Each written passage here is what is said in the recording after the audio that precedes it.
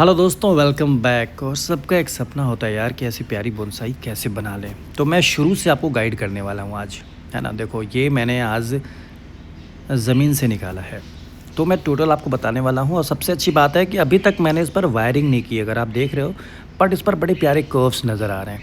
तो बिना वायरिंग के आप इस तरह की बोनसाई, या वायरिंग की ज़रूरत आपको कब पड़ने वाली है, शुरुआत कहाँ से करें, है ना, समय कितना लगता है। तो चलो बात करते हैं फाइकस रेसमोसा की बोनसाई पर, मतलब गूलर। और ये एक ऐसा पौधा है, मैं दोस्तों आपको बताऊं कि बहुत ज़्यादा यूज़ किया जाता है बोनसाई बनाने में। देख रहे हो, आज मैंने इसको ज़मीन से निकाल कर गमले में प्लांट किया है। आगे की जो प्रोग्रेस होगी अब गमले में लेंगे, और अब मैं यहाँ से इस पर वायर करने वाला हूँ। तो इसकी शुरुआत होती है कुछ यहाँ से। दोस्तों मैं आपको बताऊं कि लगभग 1 साल पहले मैंने इतने पतली कटिंग को बहुत आराम से ग्रो कर ले जाते हैं। और फाइकस का कोई भी पौधा है, क्या उसकी कटिंग होती है, तो अब चूँकि बेस चौड़ा चाहिए होता है, और मैं हमेशा आपको बताता हूँ, तो जब कटिंग आप लगाओ ना, तो उसको पहले क्या करो, स्प्लिट कर लो 4 पार्ट में। 4 पार्ट में स्प्लिट करने के बाद आप उसको, उस कटिंग को प्रोपोगेट करो। तो इससे क्या होगा कि इससे जो शुरू में ही आपको बेस मिलेगा, अभी मैंने आपको दिखाया, थिक होगा, चौड़ा होगा, वी शेप में जाएगा। तो देख रहे हो, कुछ इस तरीके से जो आपने स्प्लिट किया है एक दूसरे में चिपके नहीं, आपको उसमें कोई लकड़ी या कंकड़ फंसा लेना है। ज़मीन में लगा दो दोस्तों, और वाइल्ड ग्रो होने के लिए छोड़ दो। जब ग्रोथ उसमें हो तो उसको एक बार कट कर दो, नीचे से ज़्यादा नहीं, 3 इंच की ऊंचाई पर कट करो। जब आप कट करोगे तो उसमें से और भी नई ग्रोथ्स आएंगी। 1-2 बार आप प्रून ज़रूर करो उनको, है ना। देखो, इसको मैंने टोटल देखा जाए तो साल में 3-4 बार प्रून किया था। मतलब पहले 3 इंच की हाइट पर कट कर दिया, फिर साइड से 2 ब्रांचेज आईं और उनको फिर मैंने कट कर दिया था। उसके बाद जो ग्रोथ है आपके सामने है। ज़मीन में लगाया है, अगर आप गौर करें तो देख रहे हो। ज़मीन में लगाने का बेनिफिट मैं आपको हर बार बताता हूँ, हर वीडियो में बताता हूँ, फिर एक बार बता रहा हूँ। ज़मीन में पौधों की ग्रोथ 10 गुना तेज़ी से होता है। गमले में आपको वो ग्रोथ नहीं मिलती है जो रिज़ल्ट आपको ज़मीन में मिलेगा। तो मैं हमेशा सजेस्ट करता हूँ कि कुछ महीनों के लिए, मिनिमम 6 महीने के लिए तो आप ज़मीन में लगा ही दो और रुको। अभी एक और सस्पेंस बाकी है। देखो, ज़मीन से मैं इसको निकाल ले रहा हूँ, पर आप गौर करोगे, ये ट्रिक्स होते हैं दोस्तों। Bonsai banana tips and tricks का काम है। तो जब ज़मीन में आप कोई कटिंग लगाओ ना, तो नीचे कोई प्लास्टिक, स्टोन, देखो मैंने यहाँ पर एक पत्थर का टुकड़ा लगा रखा था। क्यों लगा रखा था? कि उसकी जो रूट्स का फैलाव हो वो 4 डायरेक्शन में हो, चारों तरफ हो, सेंटर में ना हो। देखो, अब यहाँ पर देखोगे अगर आप रूट्स को देखो, है ना, ए शेप नीचे से दिख रहा है और बहुत प्यारी ग्रोथ हुई। क्यों? और इसके स्टेम पर आप कर्व्स भी देखोगे, बहुत प्यारे प्यारे। देखो, इतना मैंने हिस्सा कट किया इसका। और अब देखो, स्टोन लगाने का फ़ायदा क्या हुआ, रूट्स जो है ना 2 अलग अलग डायरेक्शन में गई। और देखो, अभी तक इस पर वायरिंग नहीं की गई थी, फिर भी कर्व्स कितने प्यारे हैं। ये इसका बैक पोजीशन होगा। तो ये ट्रिक्स होते हैं कि जब आप कटिंग को प्रोपोगेट करो तो नीचे स्टोन, प्लास्टिक कुछ भी लगा दो, टाइल का टुकड़ा लगा दो। तो इससे क्या होता है, रूट्स का फैलाव चारों तरफ होता है। कितना छोटा है पर शेप, और अगर टेक्सचर की बात करें तो देखो, मतलब बिना वायरिंग के बहुत प्यारा बेंड वगैरह सब कुछ दिख रहा है इस पर। स्किन का कलर देखो, स्किन पे जो घुमाव हैं, जो रिंग्स बने हुए हैं, तो ये बहुत खूबसूरत है। तो शुरुआत आप वहाँ से कीजिए जहाँ से मैंने अभी आपको बताया। टिप्स ट्रिक्स जो भी मैं आपको बताता हूँ ज़रूर यूज़ करें। आज हम इसको प्लांट करेंगे, और जैसा कि मैं कह रहा था कि अब इस पर काम करेंगे हम। अब मैं इसको गमले में ही लगाऊंगा और कंटिन्यू जो इसकी ग्रोथ है, क्योंकि अगर आपको थोड़ा कर्वी, मतलब होता है ना, ब्रांचेस पसंद हैं, अब ब्रांच की डायरेक्शन, अब अगर आपको लगता है कि अब यहाँ से जो है वायर करेंगे, तो देखो ये अभी से ही बहुत अट्रैक्टिव, बहुत खूबसूरत लग रहा है। क्या कहते हो आप? और अभी तक मैं बताऊँ आपको, देखो मैंने वायर नहीं किया, और इस ब्रांच को लीडर ब्रांच लेके चलेंगे हम। अननेसेसरी ग्रोथ आपके अकॉर्डिंग जो हो आप उसको रिमूव कर सकते हो। जो भी आपको लगे कि एक परफेक्ट शेप देने के लिए ये ज़रूरी है, इसको नहीं होना चाहिए, आप उसको बिल्कुल हटाओ। एक फॉर्मेट जैसे अब मैं इसको जो इस जापानीज़ स्टाइल में लेके जा रहा हूँ और इनफॉर्मल अपराइट होता है। तो अब यहाँ पर जो मैंने देखो 2 बार बताया कि कट किया था, तो वो ब्रांचें ड्राई कर गई हैं। तो इनको आज हम पूरा प्लेन करेंगे। और अभी मैं आपको दिखाऊं, जो ऊपर मैंने कट किया था ना, वो बहुत अच्छे से हील हो रहा है। तो चूँकि हील तो हो रहा है, बट जो मुझे नई वाली ब्रांच मिली वो थोड़ा नीचे मिल गई। तो अब क्या होता है कि मैं आपको दिखा रहा हूँ अभी इन जो भी अननेसेसरी ब्रांचेस उनको हटा लेते हैं। और फाइकस रेसमोसा का पौधा है दोस्तों, गुलर, आपने देखा होगा इस पे छोटे छोटे ग्रीन फ्रूट्स आते हैं।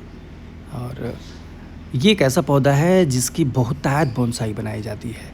तो इसको देखो, यहाँ से थोड़ा सा राउंड अप करेंगे, यहाँ से इसको कट करेंगे, ताकि हीलिंग जो है, बहुत हेल्दी पौधा है, अपने आप जल्दी ही ये हील कर लेगा अपने आप को। और मैं चाहूँ तो इसको यहीं पर छोड़ सकता हूँ, मुझे कोई ज़रूरत नहीं है, लेकिन मैं चाह रहा था कि जो ये ड्राई हिस्सा है ना, सूख गया है और यहाँ देखो गैप हो गया, ब्रांच थोड़ी नीचे निकली है। तो मैं इसको कट करके ना हल्का सा यहाँ पर जो थोड़ा सा कट करके या उसके हिस्से को निकाल दूँगा, ताकि जो ब्रांच है और ये ब्रांच है ना, एक दूसरे में मिल जाए और ये फटाफट हील कर लेगा और यहाँ पर एक छोटा सा गैप बन जाएगा। तो पर बाद में जब वो ड्राई होगा, हील करेगा अपने आप को, तो वो ना बहुत ही अट्रैक्टिव आपको लुक देता है। तो चलो पहले उसको प्लांट कर लेते हैं फटाफट में, क्योंकि गर्मी का मौसम बहुत ज़्यादा है। और सही बताऊं तो इस मौसम में रिपोर्ट करने लायक तो नहीं है।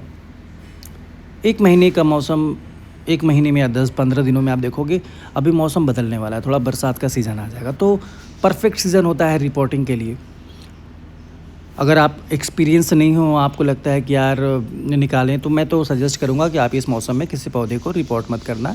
हाँ, 10-12 दिन के बाद आप कर सकते हो, या आपकी तरफ मौसम थोड़ा नरम हो, मतलब बहुत तगड़ी धूप ना हो, बहुत ज़्यादा गर्मी ना हो, थोड़ा ठंडा वातावरण अगर आपको मिल रहा हो, तो आप अपने पौधे को रिपोर्ट कर सकते हो, है ना।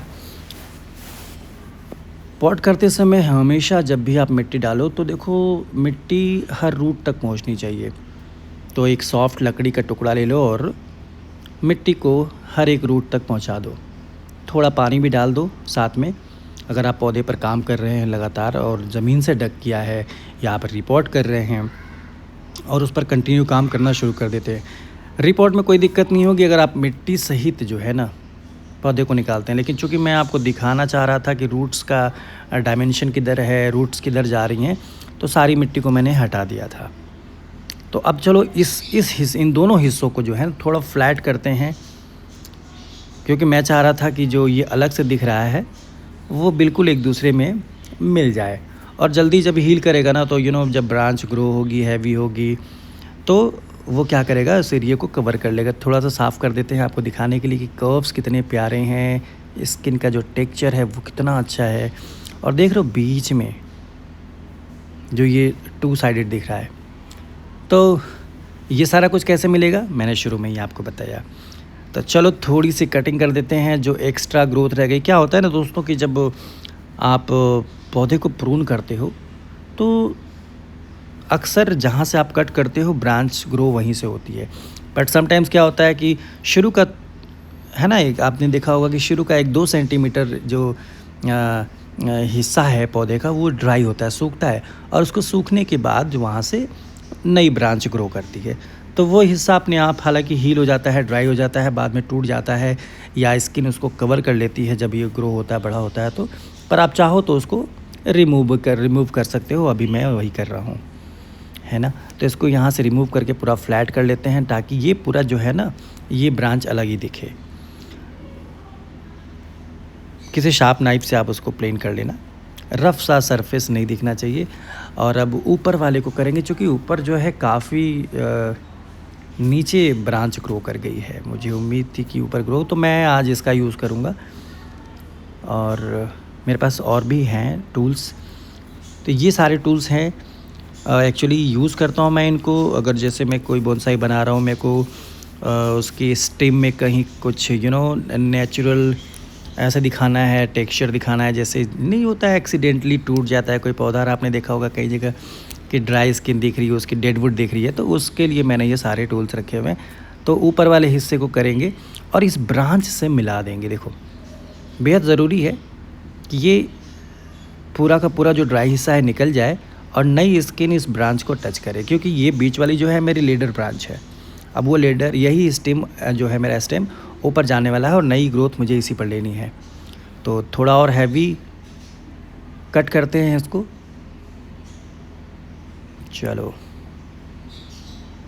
और दोस्तों मैं आपको बताऊं कि अगर आप नए बोनसाई क्रिएटर हो, नया बोनसाई बनाना सीख रहे हो, बोनसाई पर काम करना सीख रहे हो, तो आप फाइकस के पौधों पर काम करो।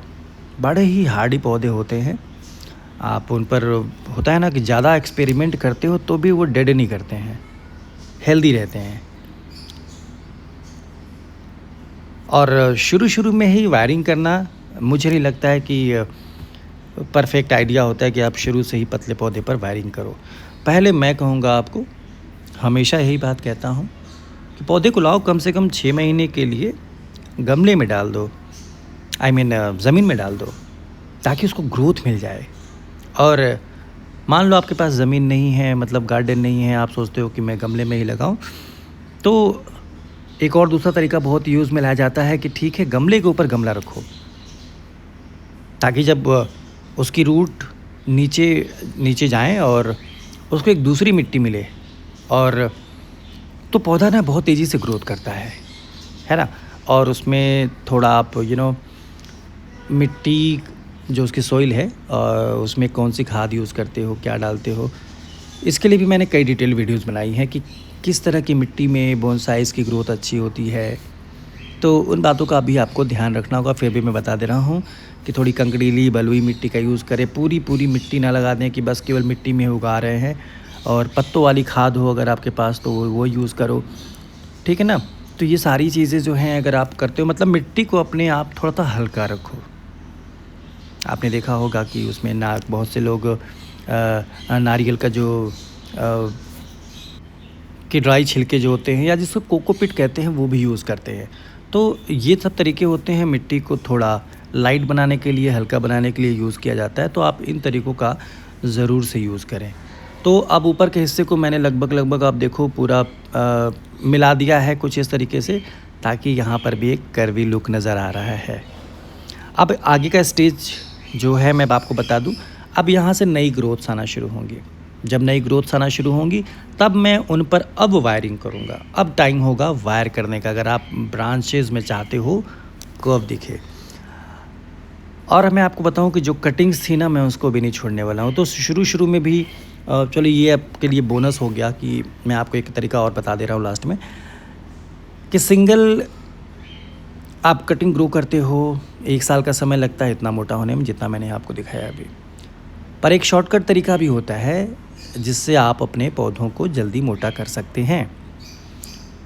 तो इसके लिए आपको क्या करना है, आपको ढेर सारे पौधे नर्सरी से लेके आने हैं, या आप ढेर सारे पौधे लेकर नहीं आ सकते हैं तो ढेर सारी कटिंग उगा लो ना, ढेर सारी कटिंग, एक पूरा बंच बना लो, गुच्छा कटिंग्स का, सबको अलग अलग सेपरेटली ग्रो कर लो। लेकिन मैं यहाँ पर देखो इस तरह के तरीका मैं ये यूज़ करूँगा सब कटिंग्स में। तो क्या करेंगे कि आप या तो सिंगल ग्रो कर लो इस तरीके से, नहीं तो ढेर सारी कटिंग्स को सेपरेटली ग्रो करने के बाद जब वो प्रोपोगेट कर जाए तो उनको एक साथ बांध दो ग्रो होने के बाद। लेकिन अगर आपको कॉन्फिडेंट है कि आप कटिंग को ग्रो कर ले जाते हैं, आपकी कटिंग सूख जाती हैं, आप प्रोपोगेशन में मास्टर हैं, तो मैं क्या करूँगा, जैसे अभी मैं क्या करने वाला हूँ, मैं सारी कटिंग को एक साथ बांध के एक साथ ही ग्रो करूँगा। अब इससे क्या होगा, इससे ये होगा कि मुझे अगर ये सारी कटिंग सक्सेसफुल प्रोपोगेट कर जाती हैं तो मुझे शुरू में ही एक मोटा स्टेम का पौधा मिल जाता है। मुझे ज़रूरत नहीं पड़ने वाली है कि मैं इसको ज़मीन में लगाऊं। अब देखो एक सिंगल था तो कितना पतला था, अब ये मोटा होके और पूरे नीचे ऐसे फैलाव रखिएगा, है ना, ए शेप में। ऊपर वायर से मैंने बांध दिया इसको। क्यों बांध दिया, देखो नीचे कितना चौड़ा है, ऊपर बांध दिया क्योंकि जैसे ही ये सक्सेसफुल ग्रो होगा, इनमें ग्रोथ होगी, ये एक दूसरे से पूरी तरह चिपक जाएंगे, जिसको कहते हैं फ्यूज़न। और इसमें ज़्यादा नहीं 5-6 महीने का वक्त लगेगा, मतलब ये ग्रो करते जाएंगे और एक दूसरे में फ्यूज़ हो जाएंगे। तो उम्मीद करता हूँ दोस्तों वीडियो आपको पसंद आई होगी, और ऐसी टेक्निक वाली वीडियोस देखने के लिए, बोनसाई बनाने के लिए जो टिप्स एंड ट्रिक्स होते हैं जानने के लिए आप चाहें तो हमारे चैनल को सब्सक्राइब कर सकते हैं। तो अब इसको मैं आपको प्रोपोगेट करके दिखाऊंगा। पानी दे के इसको ढक के, इस तरीके से बड़े बर्तन से ढक के, या प्लास्टिक से आप कवर कर सकते हैं। शेड में रख देना है आपको 3-4 दिनों के लिए, गर्मी बहुत है। और रिज़ल्ट मैं आपके साथ जल्दी ही शेयर करूँगा। तब तक के लिए नमस्कार।